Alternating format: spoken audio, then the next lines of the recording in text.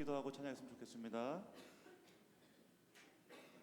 항상 우리의 마음속에 계시는 주님을 이 시간도 큰 소리 높여 찬양하며 영광 올려드립니다. 마음을 다하여 정성을 다하여 우리 모인 우리 한일의 모든 가족들 위해 주님께서 함께 하시고 오늘도 찬양을 통해 주님께 영광 돌리셔서 원합니다. 마음속에 갖가지 소망들, 갖가지 지은 모든 죄 이 시간 다 용서하시고 또한 주님께서 저희들 마음속을 주장하여 주옵소서. 항상 기쁜 마음으로 주 앞에 나가서기를 원합니다. 모든 영광을 주님께 돌리고 다시 한번 감사드리며 예수님의 이름으로 기도드립니다. 아멘. 따스한 성령님을 생각하면서 오늘도 주님 문 앞에 올바르고 뜨겁게 찬양했으면 좋겠습니다.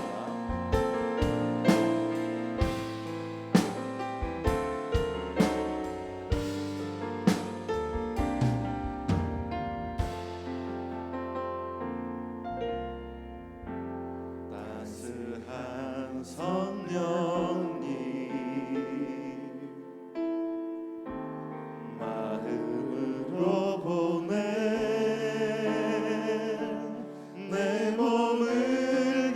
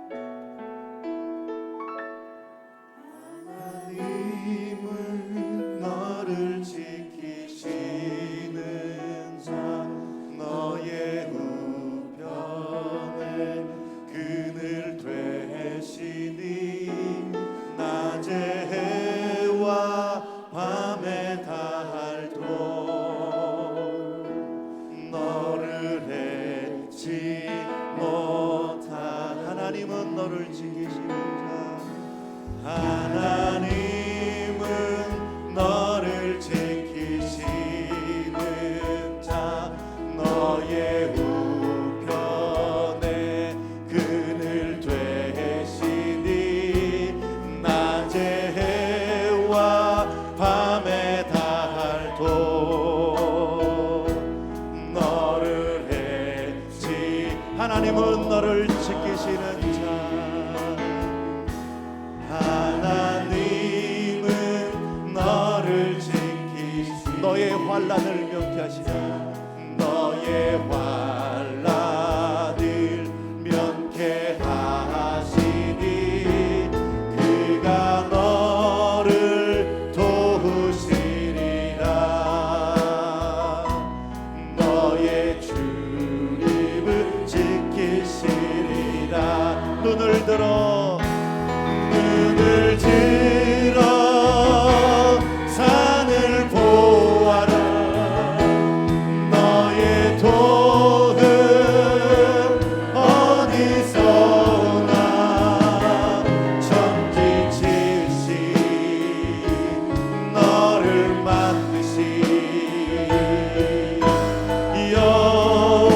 하나님은 너를 지키시는 자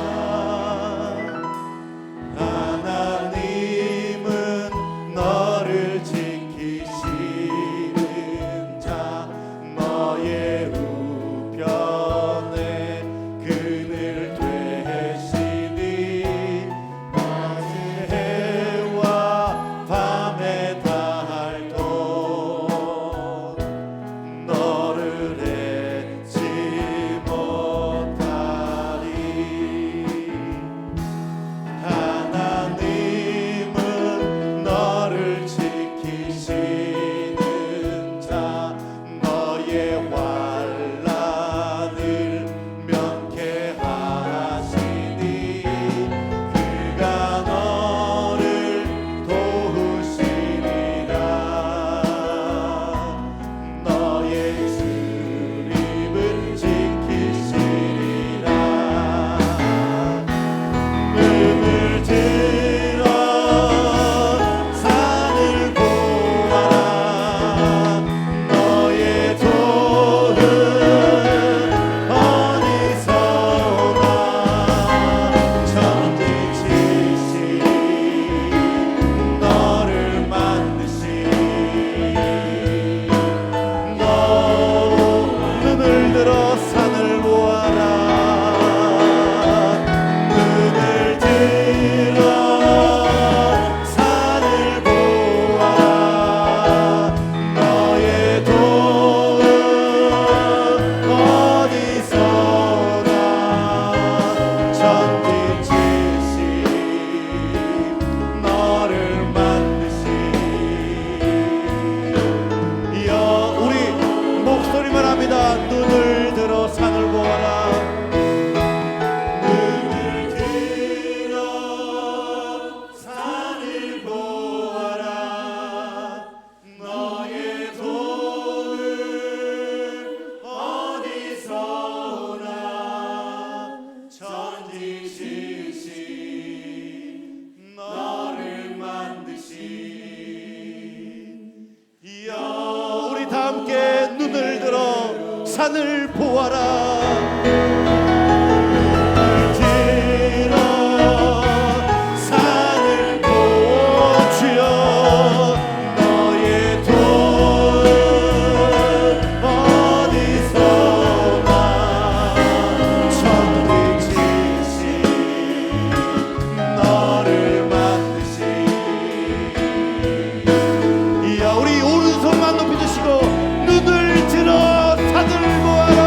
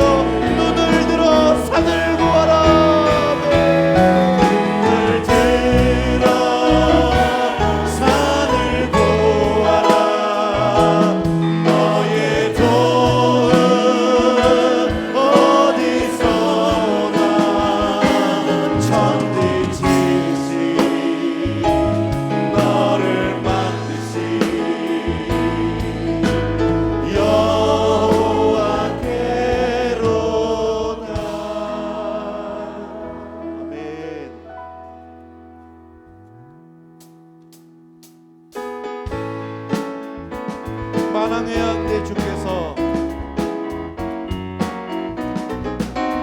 아멘. 나광의 왕 내 주께서 왜 고초당했나. 이 벌레 같은 날 위해 그 보혈 흘렸네. 십자가 내가 처음 볼 때에 나의 맘에 큰 고통 사라져. 오늘 믿고서 내 눈 밝아한데 참 내 기쁨 영원하도다. 주 십자가 못 박힘은 속죄함 아닌가. 그 긍휼함과 그 은혜 할 수 없도다. 십자가 내가 처음 볼 때에 나의 맘에 큰 고통 사라져. 오늘 믿고서 내 눈 밝아한데 참 내 기쁨 영원하도다. 그러도 그 큰 은혜 다 갚을 수 없네. 나 주님께 몸 바쳐서 주의 일 힘쓰리.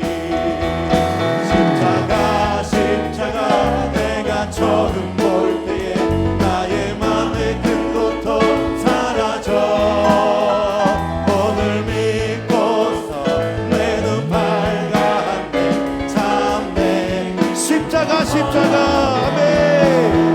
십자가 내가 처음 볼 때에 나의 맘에 큰 고통 사라져. 오늘 믿고서 내 눈 밝아한데 참 내 우리 함께 일어나셔서 십자가 아멘. 십자가 내가 처음 볼 때에 나의 마음에 큰 고통 사라져. 오늘 믿고서 내 눈 밝아한네 참 내 기쁨 영원하도다. 오늘도 함께 하실 주님을 찬양합니다. 아멘.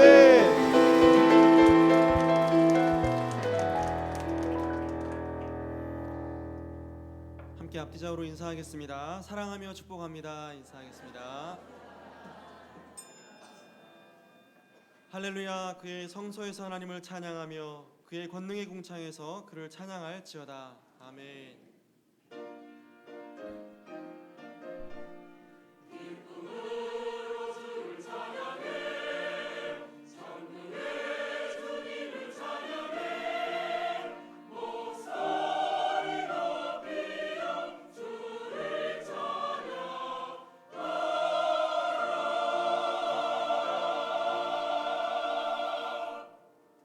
전능하사 천지를 만드신 하나님 아버지를 내가 믿사오며 그 외아들 우리 주 예수 그리스도를 믿사오니 이는 성령으로 잉태하사 동정녀 마리아에게 나시고 본디오 빌라도에게 고난을 받으사 십자가에 못 박혀 죽으시고 장사한 지 사흘 만에 죽은 자 가운데서 다시 살아나시며 하늘에 오르사 전능하신 하나님 우편에 앉아 계시다가 저리로서 산 자와 죽은 자를 심판하러 오시리라.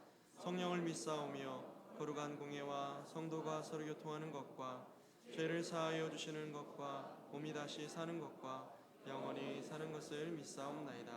아멘. 한 주간의 삶을 돌아보며 참회의 기도를 드리겠습니다.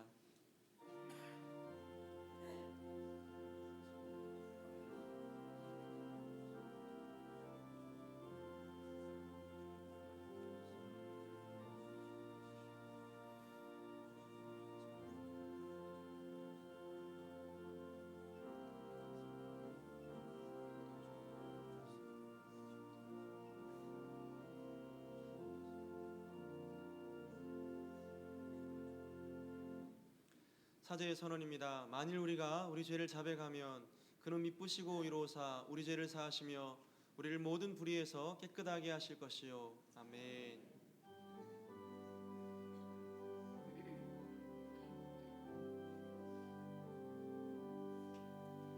모든 영광을 하나님께, 모든 영광을 하나님께,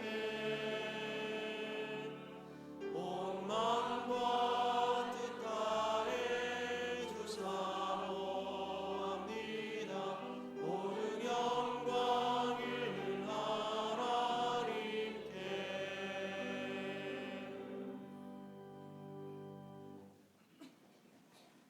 제1은 너는 나 외에는 다른 신들을 내게 두지 말라.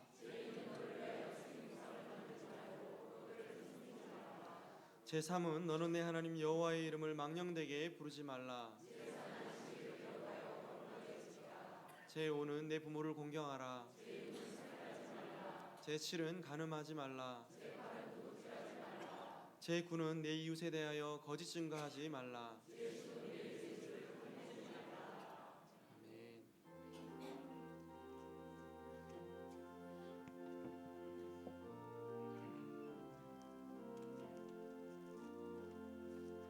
밝고 묘한 그 말씀 생명의 말씀은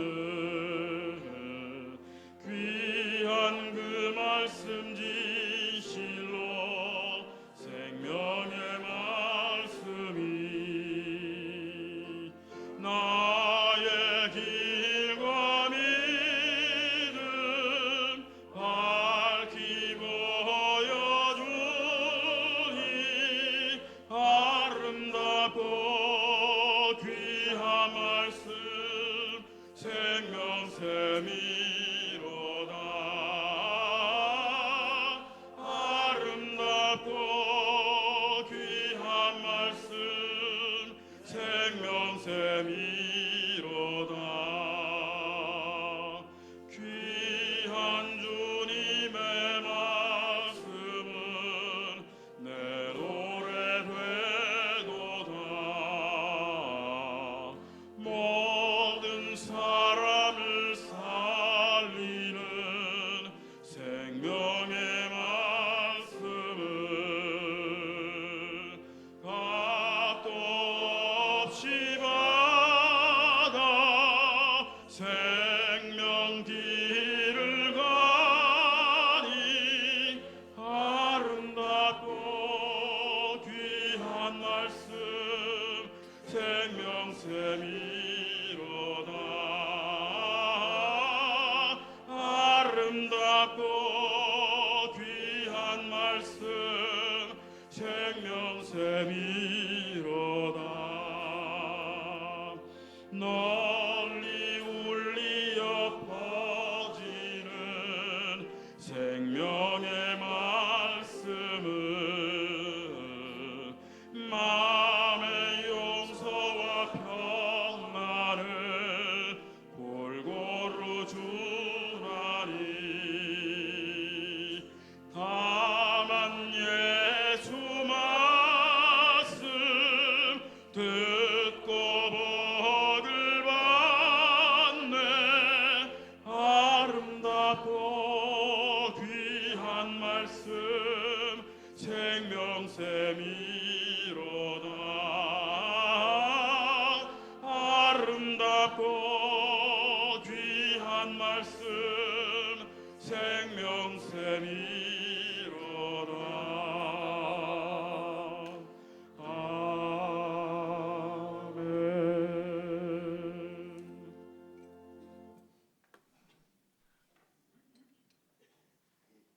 사랑이 많으시고 자비가 많으신 하나님 아버지, 이 시간 저희들 두 손을 모으고 머리를 숙여서 하나님께 감사를 드립니다. 이 어지러운 세상 가운데에서도 또 질병도 많고 사고도 많은 세상에서 저희들을 지켜주시었기 때문에 이 자리에 나온 줄 믿습니다. 또한 천국의 소망을 갖게 하셨기 때문에 이 자리에 나와서 예배를 드린 줄 믿습니다.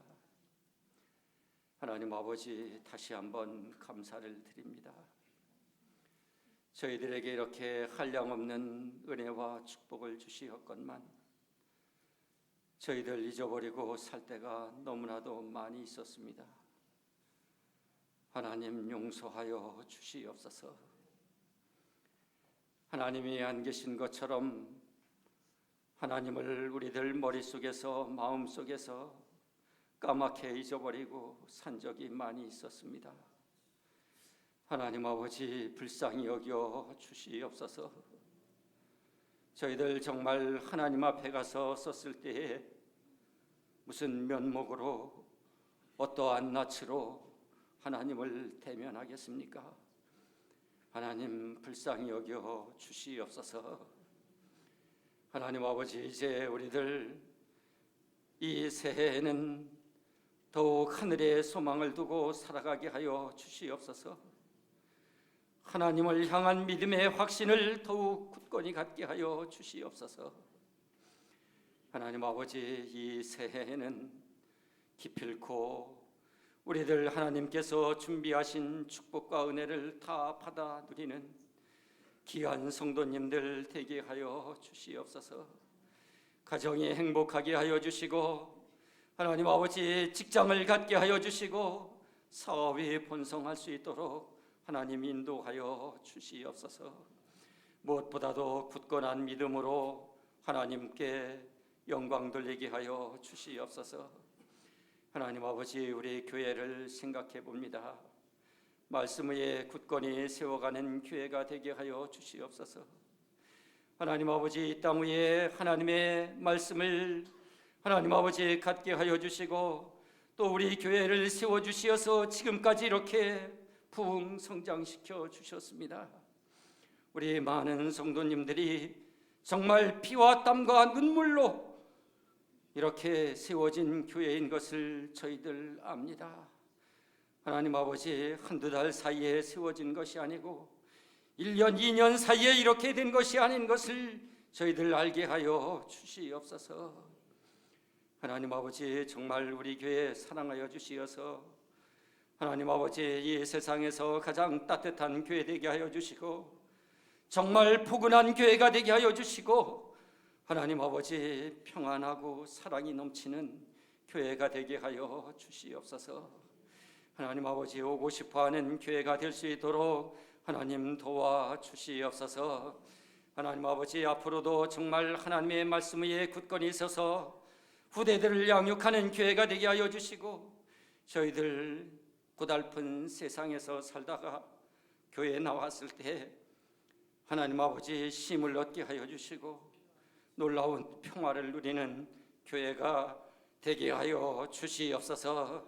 하나님 아버지, 자자손손이 더욱 번성하는 교회가 되게 하여 주시고 정말 역사 속에 길이 빛나는 우리 한일교회로 세워갈 수 있도록 하나님 인도하여 주시고 우리들 모두 각자 맡은 위치에서 기도하게 하여 주시고 봉사하게 하여 주시고 희생할 수 있도록 하나님 도와주시옵소서. 하나님 아버지, 우리 담임 목사님 영육간의 강건함을 주시옵소서. 하나님 아버지, 지금까지 여러 가지 수고하신 모든 것들이 귀하게 열매 맺게 하여 주시고 목회 인생을 잘 마무리하는 귀한 목사님이 되게 하여 주시고 축복의 길로 인도하여 주시옵소서.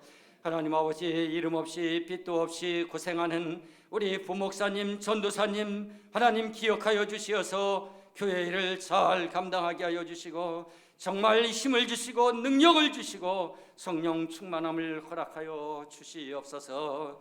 하나님 아버지, 우리 국가를 생각해 봅니다. 나라가 위태로운 가운데 있습니다. 경제가 어려운 가운데 있습니다. 하나님 아버지, 안보가 튼튼히 세워지게 하여 주시고 경제가 발전하게 하여 주시옵소서. 하나님 아버지, 특히 국가 지도자의 큰 과오로 나라가 혼란스럽습니다. 이 추운 계절에 하나님 아버지, 나라를 위해서 힘쓰고 봉사하고 하나님 아버지 떨고 있는 우리 백성들이 있습니다. 하나님 아버지 불쌍히 여겨 주시옵소서. 하나님 아버지 국가의 지도자가 잘못할 때 이렇게 나라가 어려워집니다. 하나님 아버지 분열이 생기게 됩니다. 하나님 아버지 우리들 맡은 곳에서 저희들에게 맡겨진 책임을 잘 감당할 수 있도록 하나님 도와주시옵소서. 하나님 아버지 이 나라가 정말 정직과 정의가 넘치는 교회 되게 하여 주시고 법과 양심이 살아있는 국가가 되게 하여 주시옵소서. 하나님 아버지 진리와 원칙이 지켜지는 하나님 아버지 부강하고 선진국이 될 수 있도록 문화가 더욱 발전하고 정말 사람 살만한 나라가 될 수 있도록 하나님 인도하여 주시옵소서. 하나님 아버지 우리 모두들 뿌린 대로 거두리라고 하는 하나님의 진리의 말씀을 가슴에 간직하고 살아가는 희망이 넘치는 나라가 되게 하여 주시옵소서. 하나님 아버지 이 시간 목사님의 설교 말씀을 통해서 더욱 은혜 받게 하여 주시고 새롭게 깨닫는 성령을 부어 주시옵소서.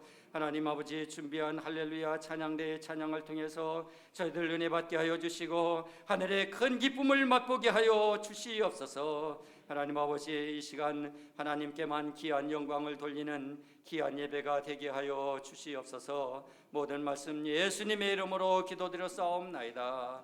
아멘.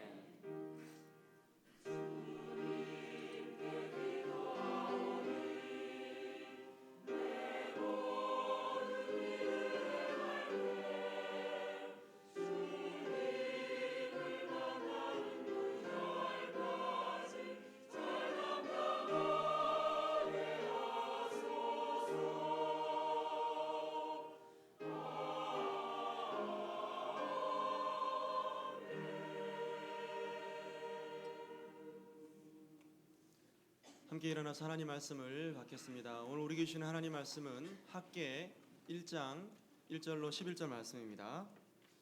하나님의 말씀을 제가 봉독에 올리겠습니다. 다리오 왕 제2년 여섯째 달 곧 그 달 초하루에 여호와의 말씀이 선지자 학개로 말미암아 스알디엘의 아들 유다 총독 수룹바벨과 여호사닥의 아들 대제사장 여호수아에게 임하니라. 이르시되 만군의 여호와가 이같이 말하여 이르노라. 이 백성이 말하기를 여호와의 전을 건축할 시기가 이르지 아니하였다 하느니라. 여호와의 말씀이 선지자 학개에게 임하여 이르시되 이 성전이 황폐하였거늘 너희가 이때에 판벽한 집에 거주하는 것이 옳으냐. 그러므로 이제 만군의 여호와가 이같이 말하노니 너희는 너희의 행위를 살필지니라. 너희가 많이 뿌릴지라도 수확이 적으며 먹을지라도 배부르지 못하며 마실지라도 흡족하지 못하며 입어도 따뜻하지 못하며 일꾼이 싹스를 받아도 그것을 구멍 뚫어진 전대에 넣음이 되느니라. 만군의 여호와가 말하노니 너희는 자기의 행위를 살필지니라. 너희는 산에 올라가서 나무를 가져다가 성전을 건축하라. 그리하면 내가 그것으로 말미암아 기뻐하고 또 영광을 얻으리라. 여호와가 말하였느니라. 너희가 많은 것을 바랐으나 도리어 적었고 너희가 그것을 집으로 가져갔으나 내가 불어버렸느니라. 나 만군의 여호와가 말하노라. 이것이 무슨 까닭이냐. 내 집은 황폐하였으되 너희는 각각 자기의 집을 짓기 위하여 빨랐음이라. 그러므로 너희로 말미암아 하늘은 이슬을 그쳤고 땅은 산물을 그쳤으며 내가 이 땅과 산과 곡물과 새 포도주와 기름과 땅의 모든 소산과 사람과 가축과 손으로 수고하는 모든 일에 한재를 들게 하였느니라. 아멘.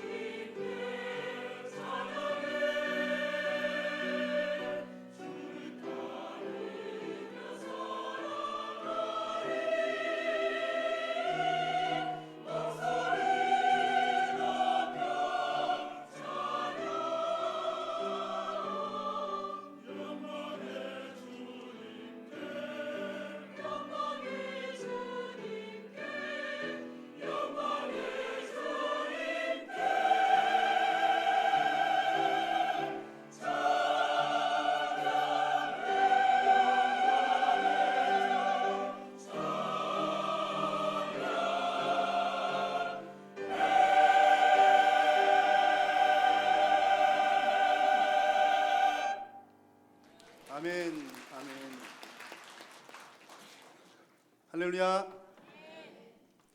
오늘 예배하러 나오신 여러분 한 분 한 분을 우리 하나님께서 참으로 소중하게 여기시는 줄로 믿습니다. 뭐 늘상 변함없이 나오시는 분들도 계시겠지만 또 이 추운 날씨에 나오기 힘든 상황인데도 불구하고 정말 하나님 예배하는 생각하셔서 나오시는 여러분 계신 줄로 알고 있고요. 또 예배 전에 몇 년 만에 한 1, 2년 만에 또 만나 뵌 또 성도님도 계셨습니다. 그래서 여러 가지 사정으로 또 나오지 못하다가 또 기억하여서 하나님께 예배하러 나오신 분들, 그러니까 여러분 아마 정성을 다해서 나오신 줄로 믿습니다. 그래서 여러분들의 예배를 우리 하나님께서 오늘 기뻐 받으실 줄로 또한 믿습니다. 여러분 오늘 이 시간 예배에 승리하시는 시간 되시기를 바랍니다. 우리 옆에 계신 분들에게 이렇게 한번 인사 나눌까요? 예배에 승리합시다. 예배에 승리합시다. 함께 예배하게 되어서 너무나 감사하고 좋습니다. 여러분 새해가 시작된 지가 벌써 세 번째 주입니다. 시간 너무 빨리 가시죠? 큰일입니다. 어떡합니까? 시간이 이렇게 빨리 갑니다. 여러분 시간 빨리 지나가실 때 여러분 어떤 느낌이 드시나요? 어떤 생각을 가지십니까? 시간이 빨리 지나갈 때 그냥 지나가는 시간 그냥 보내시는가요? 우리 그리스도인들은 그 한 시간 한 시간을 정말 한시를 아껴서 살아가는 사람들입니다. 왜냐하면 우리에게 주어진 이 시간 동안 우리는 하나님의 일을 감당해야 할 사명이 있기 때문입니다. 그래서 우리에게 주어진 그 시간들 늘 하나님 일 어떻게 하면 하나님께 영광을 올려드릴까, 또 내게 주신 이 시간을 어떻게 하면 하나님의 영광을 위하여 살까, 하나님의 일을 이룰까라고 생각하면서 살아가시는 여러분 다 되시기를 바랍니다. 우리 믿는 사람들은 다 하나님의 영광 위해서 사는 사람들이죠. 또 하나님의 뜻을 이루기 위해서 살아가는 사람들입니다. 그런데 제가 몇 개월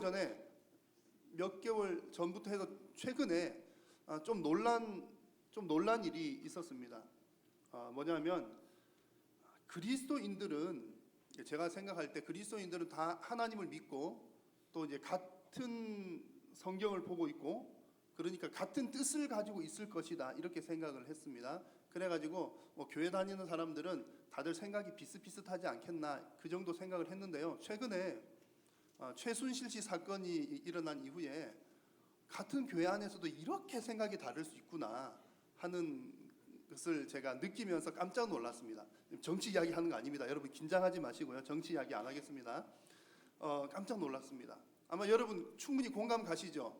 아마 여러분 가족들끼리 모였을 때도 괜히 정치 이야기 그런 이야기 했다가 이렇게 편 나누어지시는 분들 분위기 좀 어려워지는 가정들 그런 경험 아마 있었을 것 같고요. 아마 여기 앉아 계신 분들 중에서도 촛불도 계실 테고 막불도 계실 테고 하실 말씀들도 많으실 테고 그럴 것 같습니다. 자, 그런데 그 우리나라가 이제 유독 이런 좀 정치적인 견해가 좀 많이 심하다고 합니다. 최근에 뉴스에서 본 내용인데요.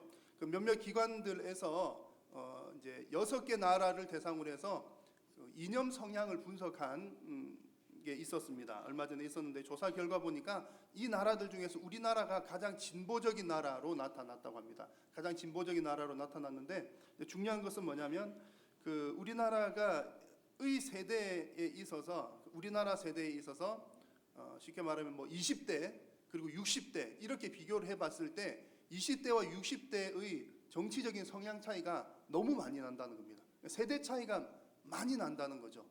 어느 정도로 많이 나냐 하면 이 6개 나라 중에서 제일 세대 차이가 적은 정치적 세대 차이 적은 나라가 일본이었는데 일본보다도 무려 19배. 안 놀라시는군요.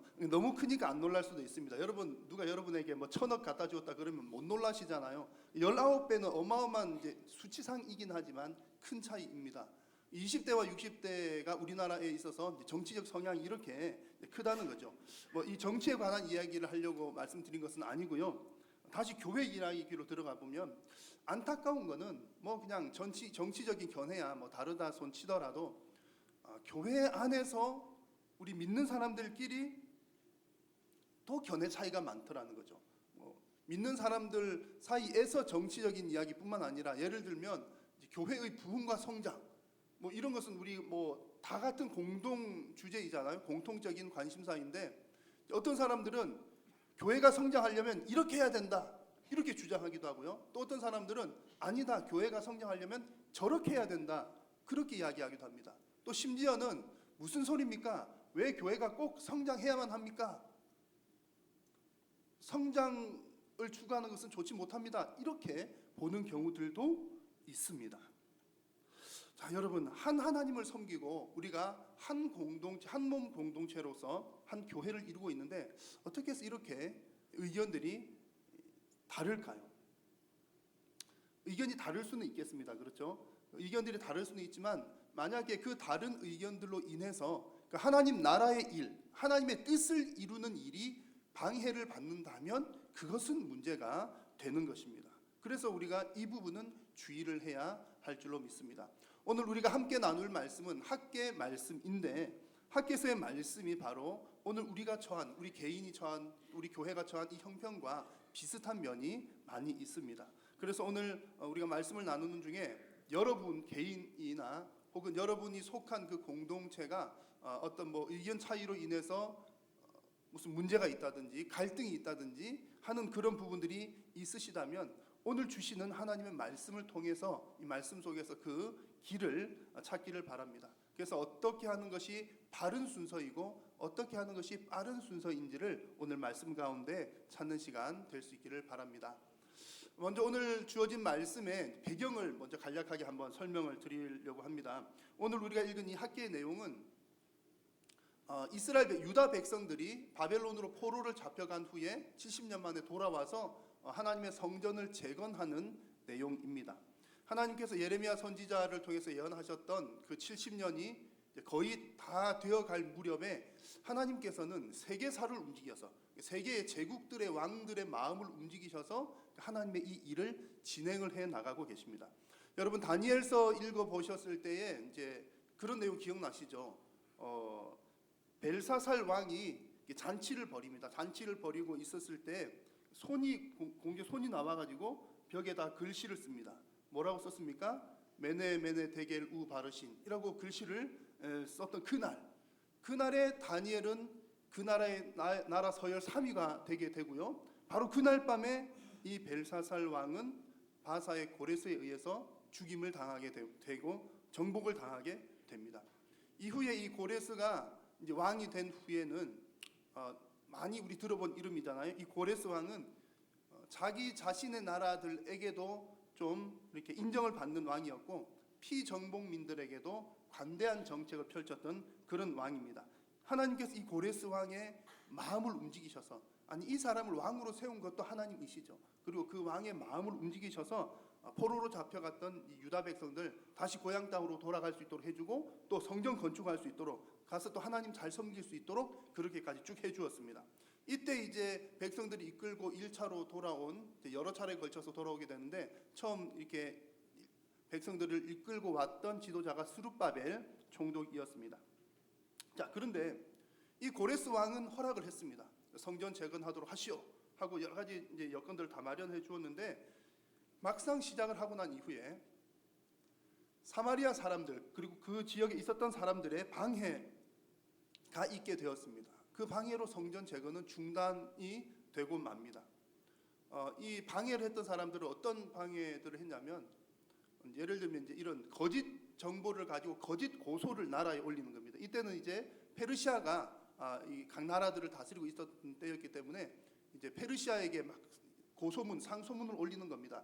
지금 이 유다 백성들이 성벽을 지어서 페르시아에 반기를 들려고 합니다. 이런 내용으로 올리는 거예요. 지금 이제 백성들이 하려고 했던 것은 유다 백성들이 하려고 했던 것은 지금 이 시대 때는 성전을 지으려고 하는 때였습니다. 고레스 왕의 허락을 받아서 성전을 짓는 일을 하는데 주변 사람들이 성벽 짓는다. 성벽을 짓게 되면 또 반기를 들고 그 페르시아에 대적할 수 있습니다. 이런 식으로 고소문을 계속 올리는 겁니다. 계속해서 아하수에로 왕 때도 올리고 아닥사스다 왕 때도 계속해서 올리다가 결국에 아닥사스다 왕이 되었을 때 이제 왕이 보고서 안 되겠다. 그래가지고 자 성전 재건 중단하시오. 이렇게 칙령을 내리게 됩니다. 그 길로 16년 동안 성전 재건은 중단된 채 쭉 이렇게 시간이 지나가게 되었던 겁니다. 그 무렵에 오늘 읽은 말씀이 바로 이제 그 16년이 지난 그 무렵에 하나님께서 하나님의 뜻을 이루셔야 되잖아요. 성전을 다시 약속대로 재건하는 것이 하나님의 뜻인데 70년 만에 재건하는 것이 하나님의 뜻인데 하나님이 그 뜻을 이루셔야 되니까 학계 선지자를 보내셔가지고 다시 그 일을 하게 하고 결국에는 딱 하나님의 뜻대로 예언대로 그러니까 이제 포로로 잡혀간 것으로 해도 70년, 성전이 무너진 때로부터 해서 재건하기까지도 70년, 딱 70년 만에 하나님께서는 이 일을 이루시게 되었습니다. 자, 오늘 우리가 함께 말씀을 살펴보고자 하는 것은 이 성전 재건이 중단되는 과정에서 우리는 몇 가지 질문들을 해보아야 합니다. 한 가지 첫 번째는 무슨 질문이냐면 하나님께서 왜 성전을 재건하라고 하셨을까? 이것을 말씀 속에서 에스라 말씀과 학계 말씀 속에서 찾기를 바라고요. 두 번째는 방해하는 사람들이 있었는데 그 사람들은 왜 성전 재건을 방해를 했을까? 세 번째는 방해한다고 왜 그만두어요? 방해한다고 해서 그 사람들이 정말 성전 재건을 그만둔 진짜 이유는 무엇일까? 그것을 살펴보고 마지막에는 성전 재건을 중단했더니 그들의 형편이 더 나아졌는가? 그런 질문들로 말씀을 잠깐 살펴보려고 합니다. 먼저 여러분, 하나님께서는 이 유다 백성들에게 왜 성전을 재건하라고 하셨을까요? 여러분 너무나 잘 아시는 내용입니다. 성전은 무엇 하는 곳입니까? 하나님께 제사 드리는 곳이잖아요. 그래서 백성들의 입장에서는 모세의 율법에 기록된 대로 제사를 지내려고 이 성전 재건을 하게 되었던 겁니다. 그런데 지금 성전 재건은 이 백성들이 유다 땅으로 돌아와서 바로 진행된 것은 아니었습니다. 유다 땅으로 돌아오고 난 다음에 이스라엘 땅으로 돌아오고 난 다음에 한 7개월쯤 지났을 때 7개월 지난 그때부터는 성전에서 아니고 하나님께 번제를 드리기 시작했습니다. 그리고 성전을 짓기 시작한 것은 2년이 지난 그리고 둘째 달에 성전을 재건하기 시작되었습니다. 어쨌든 중요한 것은 이 성전을 재건하기 위한 목적은 하나님께 예배하는 데 있었다라고 하는 것입니다. 이것은 이 성전의 그 기본 원형인 성막을 하나님께서 지으라고 하셨던 이유를 살펴봄을 통해서 또 더 확실하게 알 수 있는데요. 출애굽기 25장 22절에서 하나님께서는 이렇게 말씀하셨습니다. 거기서 내가 너와 만나고, 여기서 거기는 어딜까요? 성막입니다. 성막. 성전이 지어지기 전에 성막인데, 성막 성전 같은 의미로 보면 성전에서는 하나님을 만나는 곳입니다. 하나님을 만나고 하나님과의 관계를 맺고 또 하나님께 예배하는 곳이 성전인 곳이죠. 그러므로 하나님께서 지금 유다 백성들에게 성전의 재건의 기회를 주시고 또 성전을 재건하도록 하신 것은 그 백성들로 하여금 우리는 하나님께 예배하는 백성들이야 라고 하는 그 정체성을 확인하게 하고 회복하게 하셔서 하나님께 예배하는 자들로 살아가기 위함이었던 것입니다. 자, 그런데 여러분, 꼭 성전이 있어야 예배하나요? 아까 말씀드린 것처럼 성전이 재건되기 전에도 사람들은 성전이 없었어도 하나님께 예배를 했습니다. 번제를 드렸고요. 포로로 잡혀간 그 시대 때에도 이제 방식은 달랐지만 하나님을 생각하고 소위 말해서 예배하는 그런 일들은 계속 이어져 왔습니다. 그래서 꼭 성전이 재건되어야 했을까요? 성전이 없으면 예배를 못 드리나요? 그것은 아닙니다. 이 말은 무슨 말이냐면 성전이 없었어도 하나님께 예배를 드리는 일들은 이어져 왔다는 이야기고요. 그렇게 볼 때 이 성전을 지으라고 하신 그 목적이 하나님께서 뭔가 좋은 건물을 원하셔서 좋은 건물을 짓기를 원하셔서 지은 것은 아니라는 얘기죠. 꼭 그 자리가 아니면 안 된다라고 하나님께서 생각하셨던 것도 아니라는 겁니다. 중요한 것은 뭐냐면 그럼에도 불구하고 있었던 그 자리에 성전이 회복되는 것은 중요한 상징을 갖습니다. 하나님의 나라가 회복된다라고 하는 것이죠. 성전은 하나님께서 임재하시는 곳의 상징입니다. 왕이신 하나님께서 임재하시고 그곳에 하나님의 백성들이 오고 하나님의 나라가 이루어지는 것이죠. 그래서 성전이 다시금 회복된다는 것은 하나님의 나라가 회복되는 것을 가시적으로 보여주는 그런 의미가 있었던 것입니다. 이스라엘 백성들의 죄로 인해서 성전이 무너졌죠. 깨어졌던 그 구심점, 이스라엘 백성들의 구심점인 성전이 다시 회복되고 그것을 통해서 하나님은 하나님 나라를 다시 건설해 나가고자 하셨던 것입니다.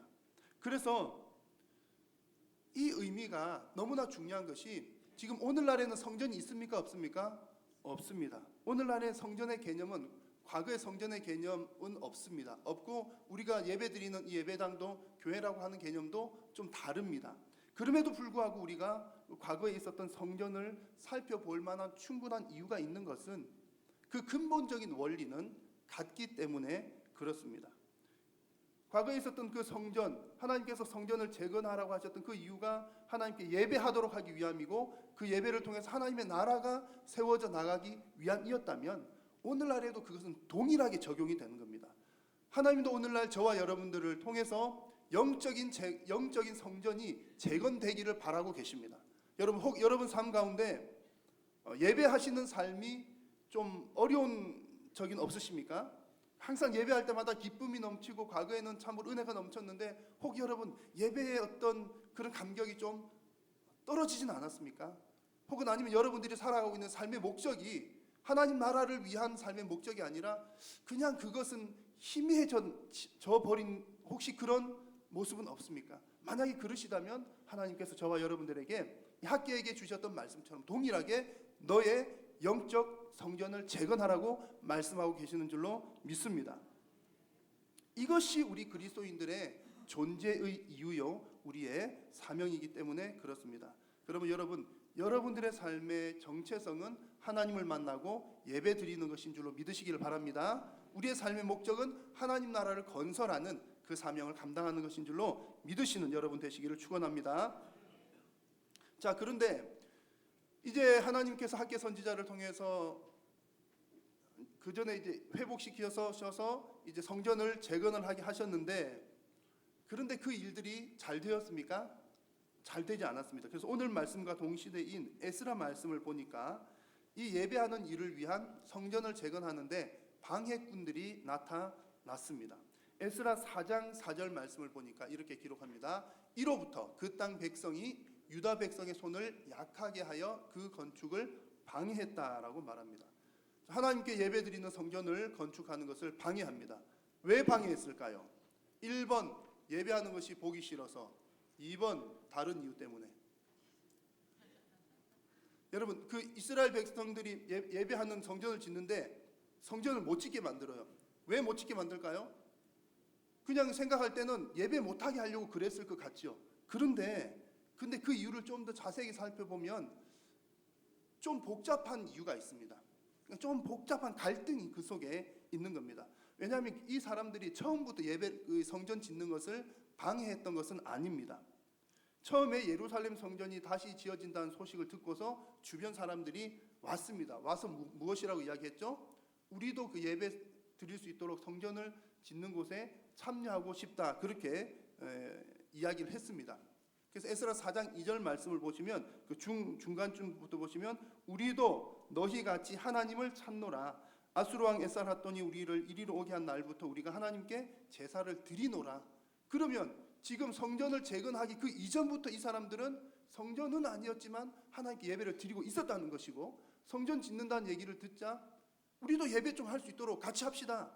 이렇게 했다는 얘기입니다. 좋은 일입니까? 나쁜 일입니까? 좋은 일이잖아요. 예배하는 일에 예배하는 성전 짓는다고 하니까 같이 동참하겠다. 너무 좋은 일인데 자, 이쯤 되면 성전을 짓는 사람들, 포로로 잡혀온 사람들도 이제 어떤 반응을 보여야 되겠습니까? 그래요, 좋습니다. 그렇지 않아도 일꾼이 더 많으면 더 좋으니까 같이 합시다. 이랬다면 참 좋았을 텐데. 그런데 4장 3절, 에스라 4장 3절 보니까 분위기가 다릅니다. 한번 같이 읽어볼까요? 시작. 너희는 우리와 상관이 없느니라. 우리가 이스라엘의 하나님 여호와를 위하여 홀로 건축하리라. 이렇게 이야기를 하고 맙니다. 참 이 부분이 사실 너무 중요하거든요. 왜냐하면 참 보십시오. 예배하는 하나님께 예배를 드리는 그 성전을 위해서 예배를 같이 하겠다라고 하는 사람들이 왔는데 예배의 문제로 갈등이 생긴 겁니다. 예배하는 곳에서 예배하러 온 사람들과 예배의 문제로 갈등이 생긴 겁니다. 같은 뜻을 가지고 왔음에도 불구하고 갈등이 생겼다는 이야기입니다. 그런데 사실 이들의 갈등은 하루아침에 생긴 것은 아니었죠. 좀 오랜 역사를 가지고 있습니다. 그 당시에 이 두 그룹은 오늘 읽은 학개 말씀에도 보시면 이제 그 두 그룹으로 이렇게 대적이라고 하는 표현이 사용이 되었습니다. 그래서 유다 지파와 베냐민 지파 그 외에는 대적이라고 하는 표현을 썼는데 이것은 역사적으로 솔로몬 시대로까지 거슬러 올라가게 돼요. 솔로몬 왕 이후에 남북 이스라엘로 나라가 나뉘어집니다. 남유다에는 남유다는 유다 지파와 베냐민 두 지파가 남쪽 예루살렘을 중심으로 있었고요. 그리고 나머지 10지파들은 북이스라엘을 구성을 하게 되었습니다. 남유다에는 예루살렘 성전이 있었지만 북이스라엘에는 없었습니다. 그래가지고 뭐 말하자면 편법으로 제사를 하고 싶어도 못 오고 이제 비슷하게 만들어서 하곤 했었던 거죠. 남유다가 포로로 잡혀갈 때도 두 그룹으로 좀 나뉩니다. 포로로 잡혀갔던 사람들은 오히려 좀 이렇게 고위층 사람들이었습니다. 그렇잖아요. 제가 뭐 정복자라면 포로로 끌어올 때 좀 이렇게 쓸만한 사람을 끌어오지 않겠습니까? 그래서 귀족들이나 뭐 그런 사람들이 주로 많이 갔습니다. 그리고 가서 70년을 지내는 동안 그 사람들은 또 바벨론, 페르시아 문화에 많이 동하게 됩니다. 좀 큰 나라의 문화에 많이 또 익숙해지죠. 남아있던 사람들은요 또 힘들게 그냥 그렇게 어렵게 살아가게 됩니다. 그래서 보면 이런 모습 저런 모습으로 지금 자꾸 이제 이 사람들 사이에서 갈등들이 계속 커져 나갔던 겁니다. 오래 전부터 갈등들이 있어 왔던 거죠. 특히나 북이스라엘은 사마리아 사람들, 그러니까 아수르에 의해서 이미 혈통이 섞여가지고 피가 막 섞인 사람들이었습니다. 남유다 사람들은 피 섞인 그 사마리아 사람들을 대단히 싫어하고 저주를 했죠. 이런 배경들을 보면 한 민족 안에서도 문화나 신앙의 장벽이 있었음을 우리는 충분히 알 수가 있는 겁니다. 이렇듯이 이제 오랜 그 역사적인 배경을 봐도 그런 갈등이 쭉 있어 왔는데 성전을 재건하는 일에 있어서 이때 예배하는 이 성전 같이 합시다 이랬으면 한 마음 한 뜻이 되었을 것 같은데 안 돼, 너희들은 못해, 지저분한 너희들은 안 돼, 우리들만 할 거야. 그러니까 이 갈등에다가 쐐기를 박는 그런 일이 되고 말았던 겁니다. 그러니까 그 남아있었던 사람들이 가만히 있겠습니까? 가만히 안 있죠. 그러니까 방해를 하고 반대를 하고 나섰던 것입니다. 그래서 우리가 성경을 읽을 때 좀 뭐랄까요, 너무 한쪽 편만 들어서 읽으면 좀 곤란할 것 같아요. 우리는 이제 성전을 재건한다 그러면 너무 좋은 일이잖아요.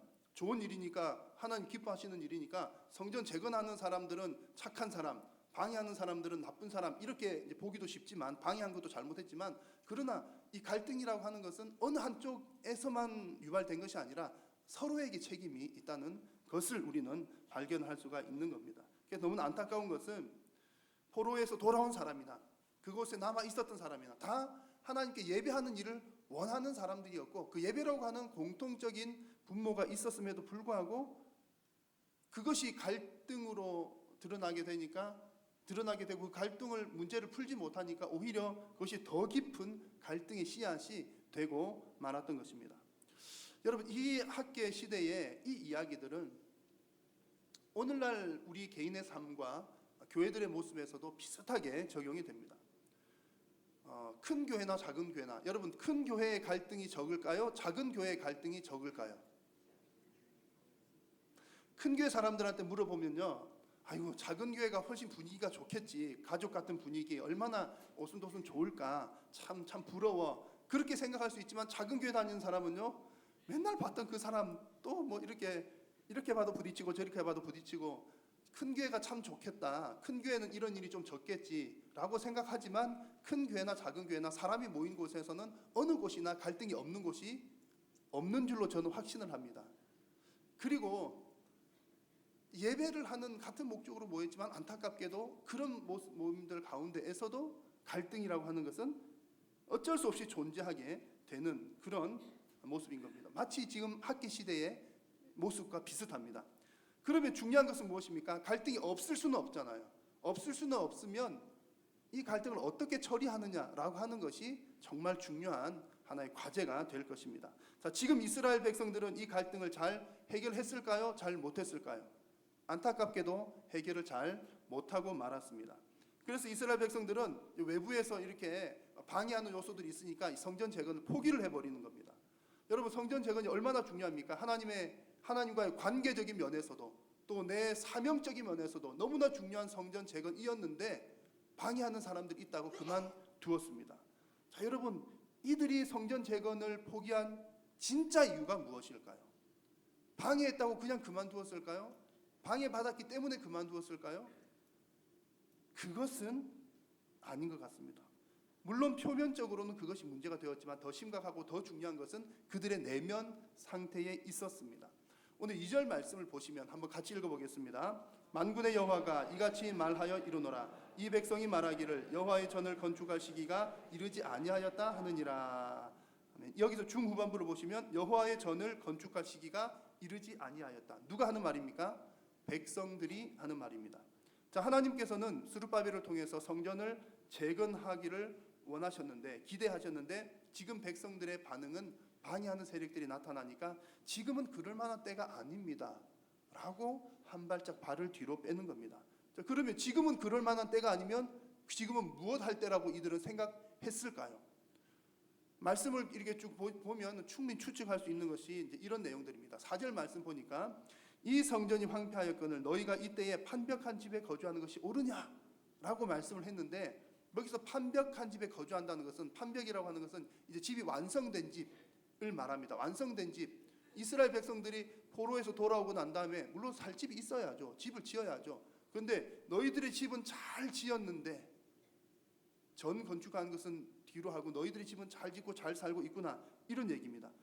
지금 자기 그 백성들이 성전 짓는 것을 중단을 한 이후에 자기 자신들의 삶의 문제들을 열심히 했다는 이야기입니다. 성전 재건도 어차피 안 되니까 나라도 잘 먹고 잘 살아야지, 나라도 빨리 자리를 잡아야지, 이런 마음을 가졌던 거죠. 그래서 6절 앞부분에도 보면 너희가 많이 뿌릴지라도라고 하는 표현이 있는데, 이스라엘 백성들이 열심히 파종을 했다는 얘기죠.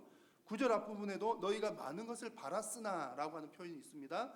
열심히 일을 했으니까 많은 것을 기대했다는 거죠. 그러니까 이런 표현들을 보면 나름 이제 기나긴 포로 생활하고 돌아와서 다시 정착을 해야 되니까 열심히 할 수밖에 없었죠.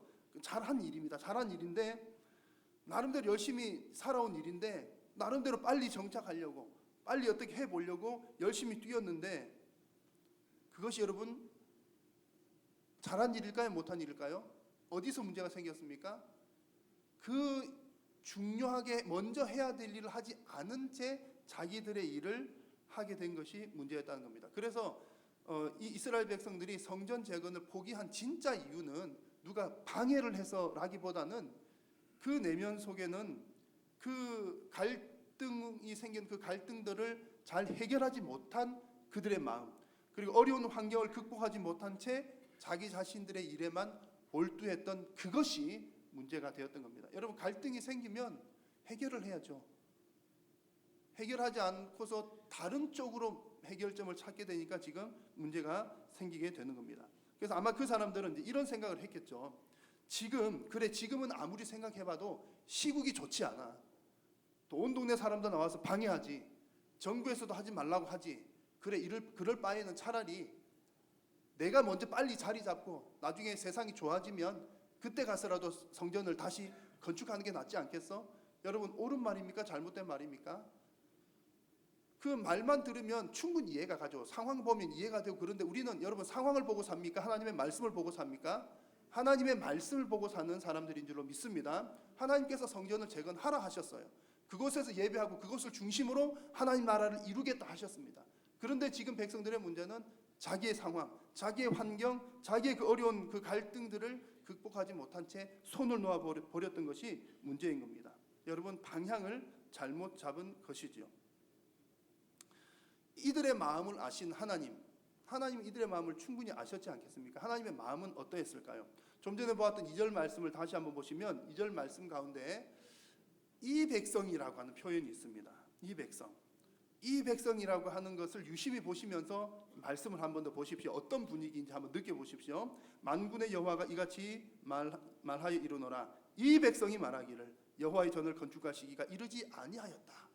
하나님의 마음이 어떤 마음일까요? 느낌이 이제 이렇게 예를 들면 보면 느낌이 확 오실 것 같습니다.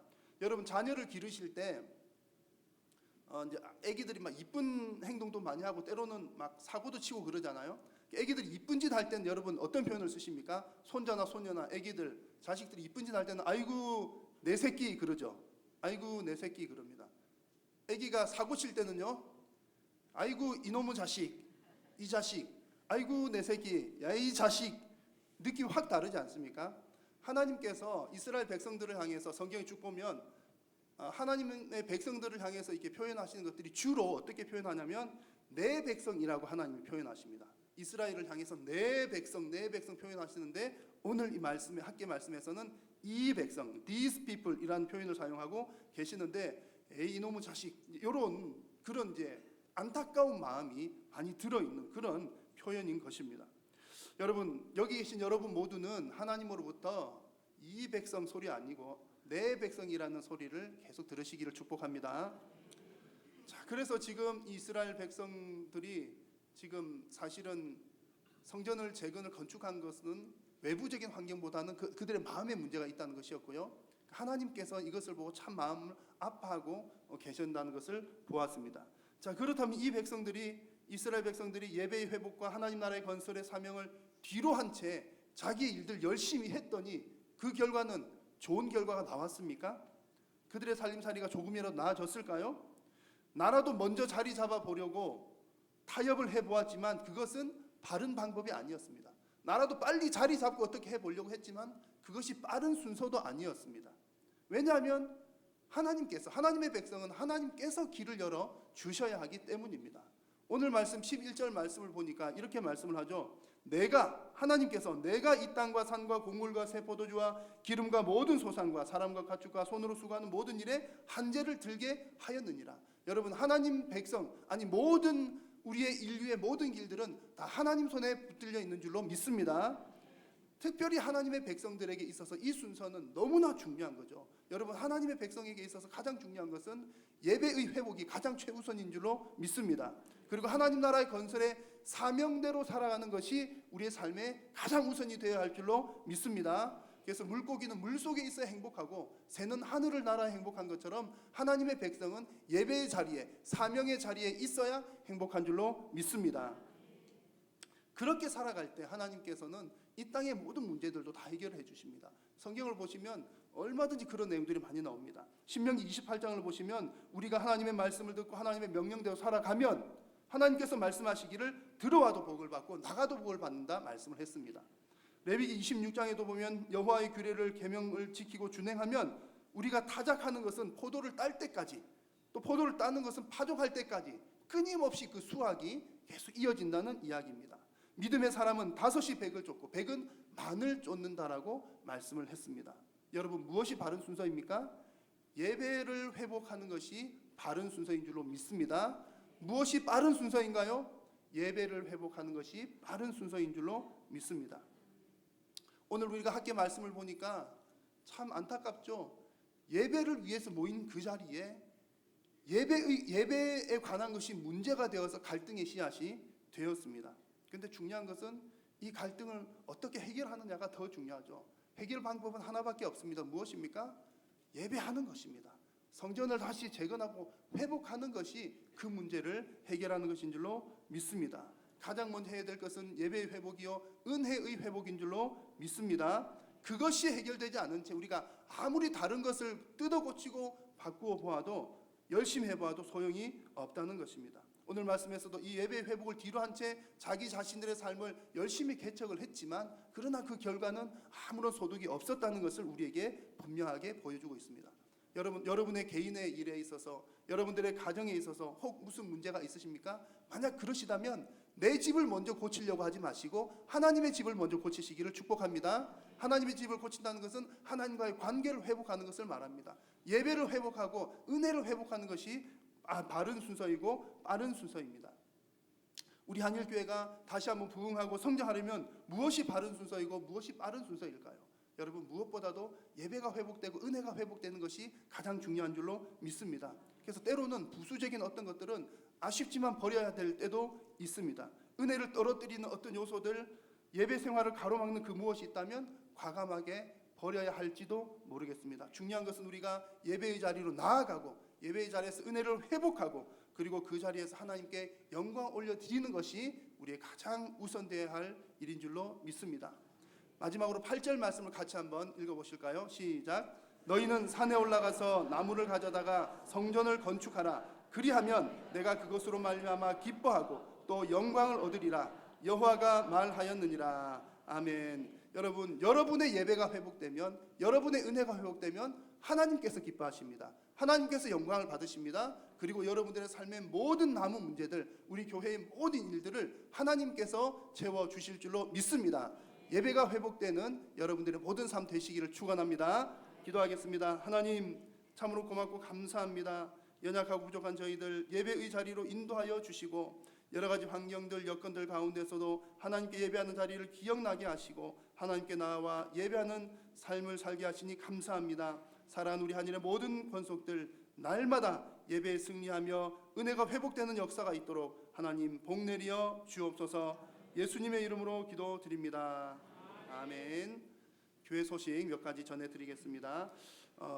올 1월 달은 우리 재직 세미나로 오후 예배를 계속 진행을 하고 있습니다. 오늘 오후 예배 때는 광성교회 한영만 목사님 오셔서 또 은혜의 말씀을 전해 주시겠습니다. 많이들 오셔서 함께 참여할 수 있기를 바랍니다. 그 수요 기도회를 지금 한 7, 8주자 2달 정도가 된 것 같습니다. 하이델베르크 요리 문답으로 수요 기도회 때 이제 공부를 하고 있습니다. 그래서 수요 기도회 예배 때는 좀 이렇게 성경 말씀을 공부하는 시간, 따로 또 시간 빼기가 많이 어려우니까요. 하고 지금 많은 분들이 참여하고 계신데 또 여기 계신 여러분들도 또 더 많이 오셔서 1년 과정, 52주 과정으로 쭉 진행을 하고 있습니다. 그래서 이 과정을 잘 여러분들이 감당하시면 신앙의 튼튼한 기초가 잘 세워질 줄로 믿습니다. 성도님들의 많은 참여를 바랍니다. 오늘 주보 속지면에 보시면 재직과 그 다음에 위원회 여러 이제 기관들의 추가 임명 명단이 있습니다. 확인을 해 보시기를 바라고요. 그리고 또 남녀 전도회 회장님 명단과 또 전도회 연령을 표기를 해 두었습니다. 그래서 새로 오신 분들이나 내가 어디에 소속된지 잘 알기 어려우신 분들은 전도회 또 나이를 보시고 회장님께 문의를 하시면 좋겠습니다. 그래서 또 가급적이면 본 연령대에 해당되시는 곳에 모임에 참석하셔서 또 함께 교제할 수 있으면 감사하겠습니다. 중고등부 수련회가 돌아오는 목요일부터 토요일까지 있습니다. 국제광림비전랜드 남양주에 있는 곳에서 우리 서울 노회에서 함께 연합으로 수련회를 개최합니다. 여러분은 많이 기도해 주시고 또 자녀를 둔 부모님들 관심 가지고 또 많이 보내어 주시고 함께 협력해 주시면 감사하겠습니다. 나머지 광고들은 주보를 참조해 주십시오. 함께 찬송하겠습니다.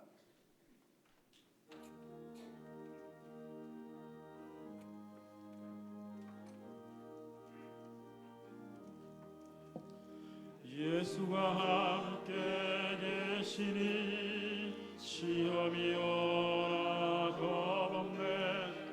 기쁨의 근원 되시는 예수를 위해 삽시다.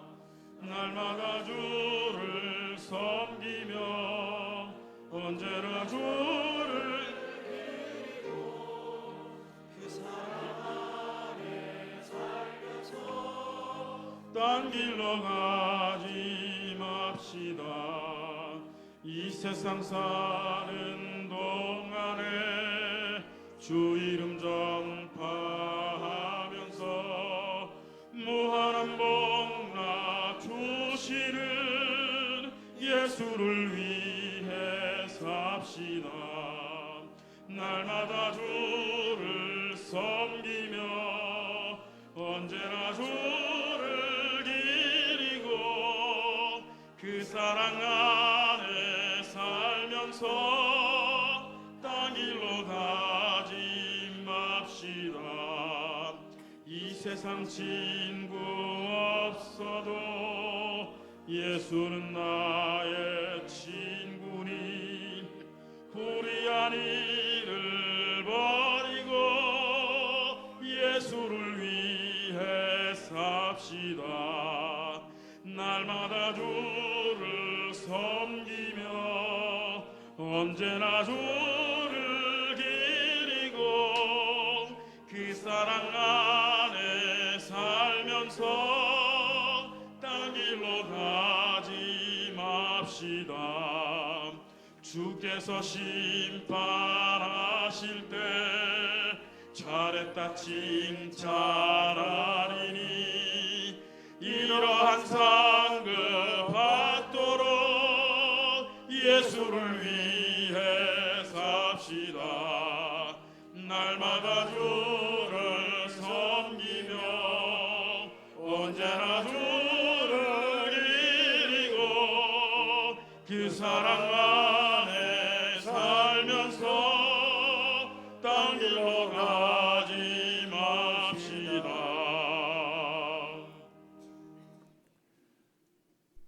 지혜로우신 우리 하나님 아버지, 날새가 매고 차갑지만 우리의 생명을 여기가 지켜주시고 오늘 예배 자리로 나오게 하여 예배드리게 하심을 감사드립니다.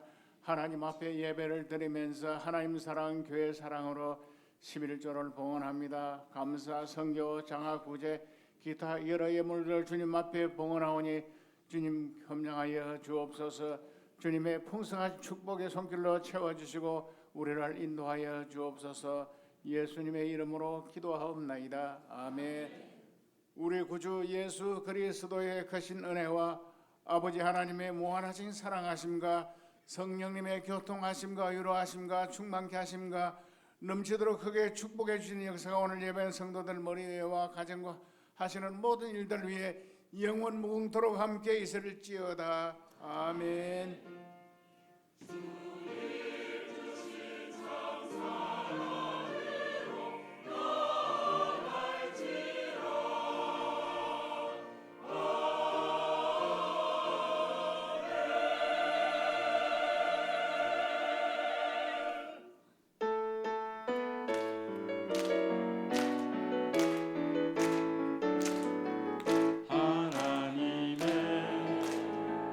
독생자 예수 날 위하여 오시었네. 내 모든 죄 사하시려고 십자가 지셨으나 다시 사셨네. 살아계신 주 나의 참된 소망 두려움이 사라지네. 사랑의 주 내가 길 인도하니 내 모든 삶의 기쁨 늘 충만하네. 예배를 마쳤습니다. 한 주도 주 안에 승리하시기 바랍니다.